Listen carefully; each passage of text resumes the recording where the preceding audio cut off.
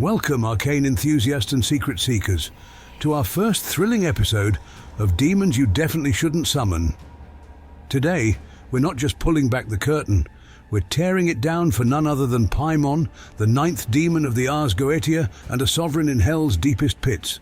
Paimon is no ordinary hell dweller.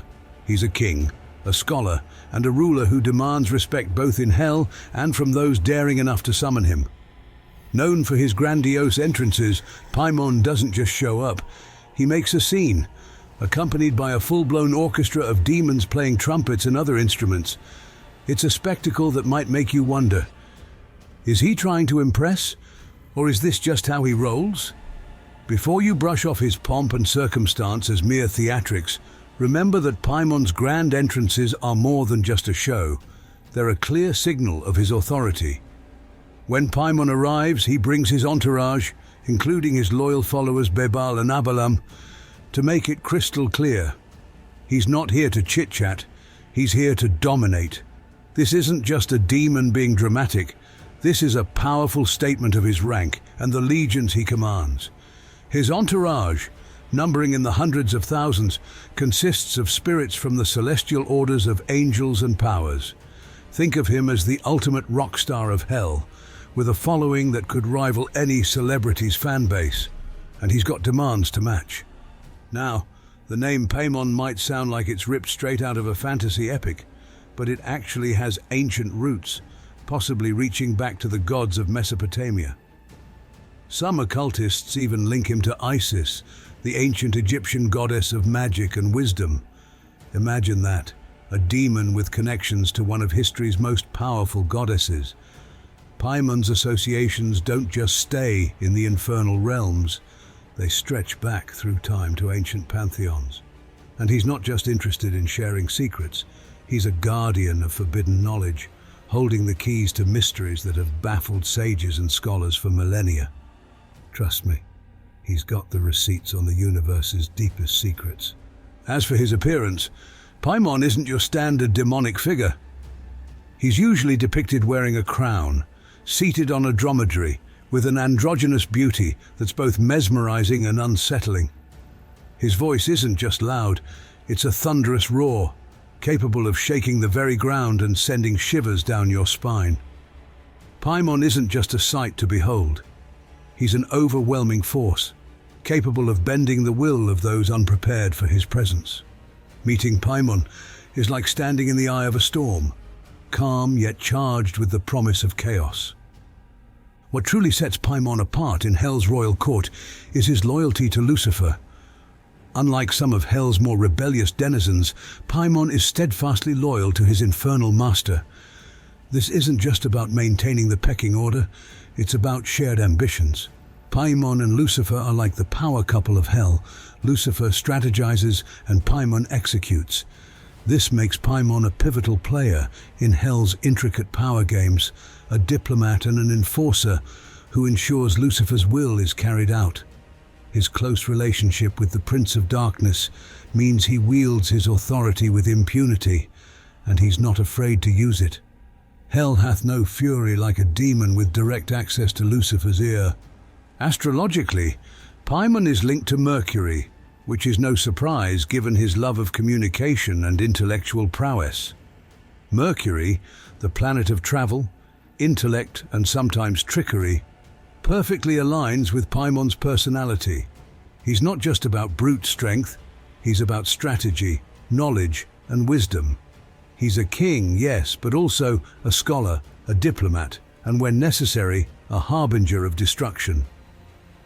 Paimon bridges the infernal and the celestial, wielding his knowledge as both a shield and a sword. Paimon's knowledge isn't limited to ancient scrolls and forgotten lore. He has the power to conjure visions, command spirits, and manipulate natural forces. If you've ever wondered what lies at the bottom of the ocean, or what secrets the winds carry, Paimon is your go-to source. His insights could make the most seasoned magician look like a novice, offering wisdom that spans both the practical and the mystical. He's like that one professor in college, strict, intimidating, but oh so knowledgeable. If you sign up for his class, you're bound to learn a lot. but be ready to pay the ultimate price for your tuition. Now, for those daring enough to summon Paimon, be warned, this is not a task for the faint-hearted or the ill-prepared. Summoning Paimon is a ritual that demands precision, respect, and a deep understanding of the occult. First, you'll need to find a quiet, isolated place where you won't be disturbed. Think remote forest clearing or a deserted room, somewhere the echoes of your words can reach into the depths of hell. You'll need a summoning circle, carefully drawn with sacred symbols and Paimon's sigil, using chalk or blood, depending on how much you're willing to commit. A set of brass instruments should be prepared, as Paimon has a penchant for grand entrances. He expects the sound of trumpets to announce his arrival.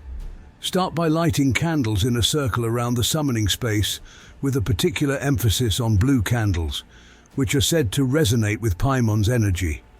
Incense is a must, frankincense to be precise, to purify the air and please the demon. Offerings should be placed at the center of the circle, gold coins, a chalice of wine, and perhaps some rare herbs or gemstones. Paimon appreciates the finer things in life. He's not one to be summoned with mundane trinkets. Prepare yourself with a robe, ideally one made of silk or other luxurious material, to show respect and signify your seriousness. The incantation must be spoken clearly, with authority, in a language that Paimon understands. Latin or an ancient tongue will suffice. As you chant his name and request his presence, you'll need to visualize his image, the crowned figure riding a dromedary, surrounded by his entourage. It's crucial to maintain eye contact, imaginary though it may be, with his image, showing him that you are not afraid, even though every fiber of your being might be screaming otherwise.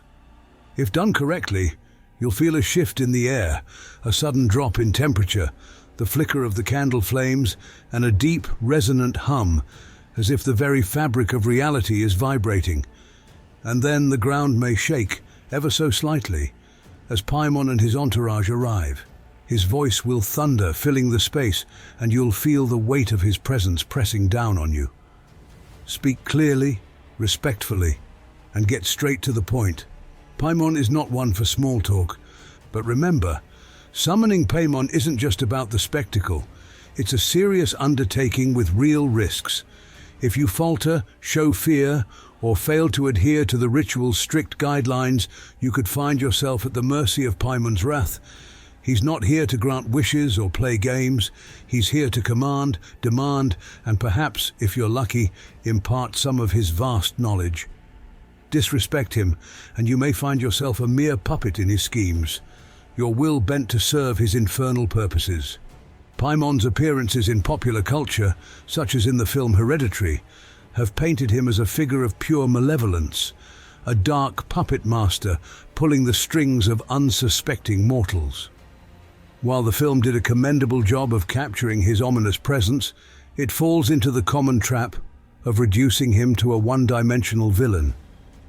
In Hereditary, Paimon is depicted as a demon bent on possessing a human body to unleash chaos and destruction, a terrifying spectre lurking in the shadows, waiting to ensnare the unwary. This portrayal, while effective for horror cinema, simplifies a being of complex motivations and a rich historical background into a straightforward antagonist. In reality, Paimon is more than just a dark figure seeking power for its own sake. He is a king of immense knowledge, a figure who embodies the pursuit of wisdom and the balance of power. His loyalty to Lucifer isn't just about servitude, it's about a shared vision of cosmic order and the spread of knowledge, albeit in ways that often challenge the moral and ethical boundaries of humanity. Paimon's role as a teacher and a keeper of secrets suggests that his intentions are not solely malevolent. He is a guardian of ancient wisdom, a bridge between the infernal and the intellectual. His true power lies not just in fear, but in the allure of forbidden knowledge, the temptation to learn what should perhaps remain hidden. Another common misconception is that Paimon is only interested in wreaking havoc. While he certainly has the power to do so, his interests are broader and more intricate. He's a figure of enlightenment as much as he is of chaos, one who offers his summoners the opportunity to gain insight and understanding, albeit at a steep price. Paimon's presence is a reminder that wisdom and power come with strings attached, and the pursuit of knowledge is not a path to be taken lightly. So there you have it, Paimon, the king of hell, a master of forbidden knowledge, and a figure teetering between illumination and damnation.